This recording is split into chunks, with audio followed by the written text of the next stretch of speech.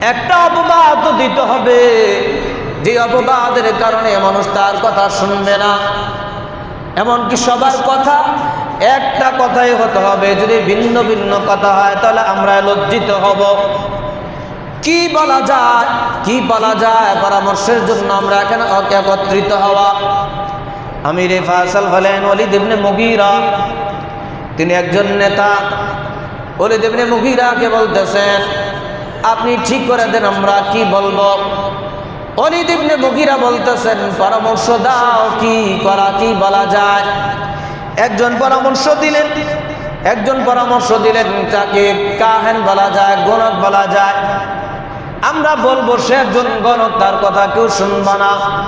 ওয়ালিদ ইবনে মুগীরা বলতেছেন, না না, সে গণক হইতে পারে না, কারণ গণকের যে বৈশিষ্ট্যগুলো আছে সেই বৈশিষ্ট্যগুলো আমার জানা আছে। একটা বৈশিষ্ট্য তার মধ্যে নাই, সে গণক হইতে পারে না। তিনি পরামর্শকে কেটে দিলেন। আরেকজন পরামর্শ দিলেন, আমরা বলবো সে একজন পাগল। ওয়ালিদ ইবনে মুগীরা বলতেছেন, না না, সে পাগল হইতে পারে না, কারণ পাগলের যে গুণ আছে, যে সিফাত আছে, গুণগুলো তার মধ্যে নাই। পাগলের কোনো গুণ তার ভিতরে নাই, সে পাগল হইতে পারে না। আরেকজন বললেন, আমরা বলবো সে একজন শায়ের, একজন কবি।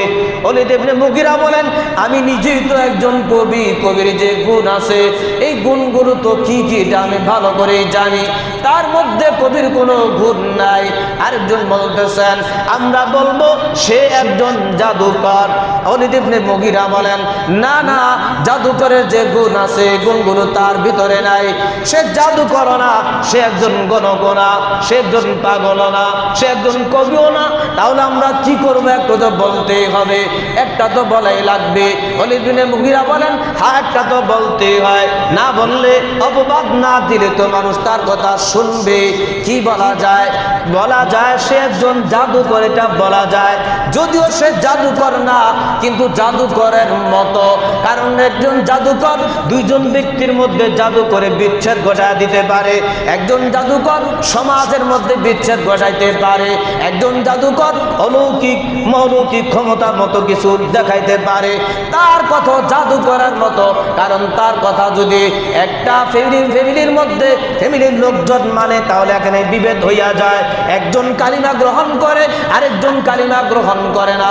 স্বামী স্ত্রী যদি তার কথা শুনে, একজন কালিমা গ্রহণ করে, আরেকজন কালিমা গ্রহণ করে না, এই তো বিভেদ হইয়া যায়। তার কথাগুলো হলো জাদুকরের মতো, জাদুকর না, জাদুকরের মতো বিদায় অপবাদ স্বরূপ আমরা বলবো সে একজন জাদুকর।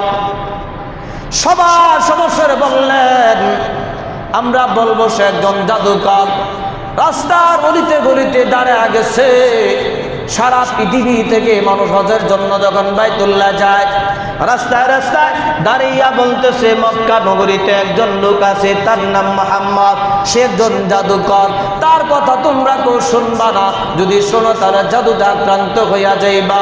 একজন ব্যক্তির পিছনে যখন হাজার হাজার মানুষ যখন একজন ব্যক্তির পেছনে লেগে গেছে, একজন ব্যক্তির সমালোচনা করে মানুষের ভিতরে কৌতূহল জন্মালো, কি ব্যাপার একজনের বিরুদ্ধে এত মানুষ কেন লাগলো, লোকটা একটু দেখতেই হয়, লোকটা কেমন।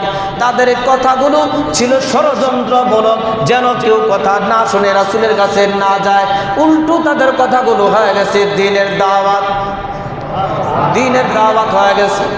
বিদায় যেই মানুষগুলো আল্লাহর নবীর সাথে সাক্ষাৎ না হওয়ার সম্ভাবনা ছিল, এগুলো সাক্ষাৎ করার জন্য ইচ্ছাকৃতভাবে রাসূলের কাছে গেছে। রাসূলের কথা শোনার পর, আল্লাহর নবীর কথা শোনার পর অসংখ্য মানুষ দলে দলে ইসলাম কবুল করেছেন। সুবহানাল্লাহ। ষড়যন্ত্র হয়ে গেছে পক্ষে, ষড়যন্ত্র পক্ষে হয়ে গেছে।